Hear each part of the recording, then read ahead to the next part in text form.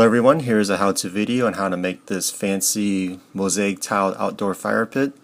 Made this last spring, and the fire pit is made mostly out of cinder blocks and some leftover tile, so the costs were actually relatively cheap.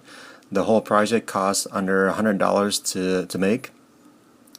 Started out by getting cinder blocks and lining them up how I wanted, and then digging the square hole approximately 4 inches deep.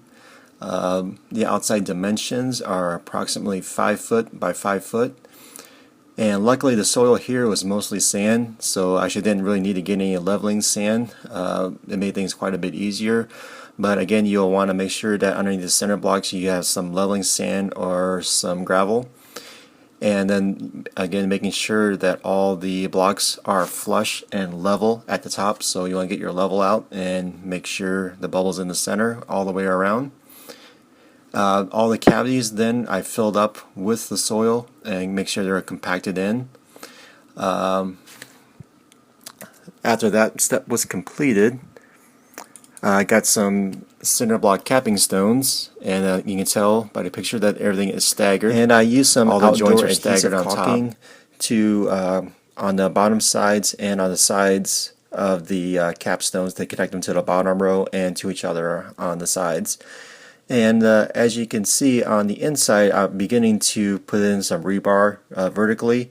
I'll show you later in the next picture what that was mainly for. It's mainly to hold up some chicken wire and then some lava rock to help protect the inside of the concrete. There's a little bit more to that story, but I'll get to that a little bit later.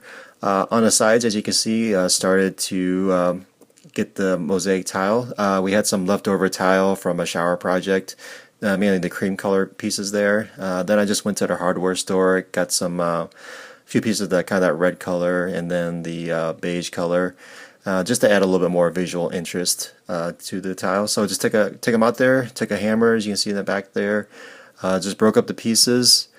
Had some big, medium, and small pieces, and then put it up there. It's kind of tedious work. It takes a little while, especially all the edges can be a little hard, tricky in getting to line up, and then finding the right pieces to fit in there, and then trying to fill in all the gaps as much as possible so there's some limited grout use, hopefully.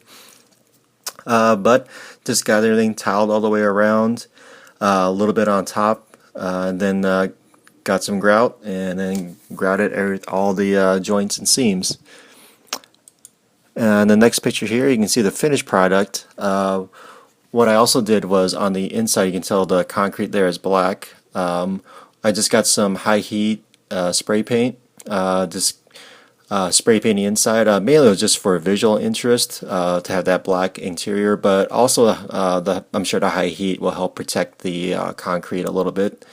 Also, as you can see, there's that inside layer of lava rock that's held up by chicken wire, and for like a normal size campfire and this fire pit, it probably would have held up just fine. Unfortunately, later on we had to burn a lot of wood because we had a tree fall down. We were just burning a lot of branches and getting rid of them, and a lot of twigs, and the fire is probably bigger than what was meant for this fire pit, and that actually started slumping the chicken wire. The chicken wire would normally it's heat resistant, but the fires were so big that the chicken wire actually started slumping, and then so the lava rock also started slumping. So, but I'll just get to that later and fix it. But it's really up to you whether or not you want to have this inside layer protecting. You can also get some metal plates. Also, if you're really concerned about protecting the concrete from breaking down from the heat or any water getting inside and then steam forming from a high heat fire.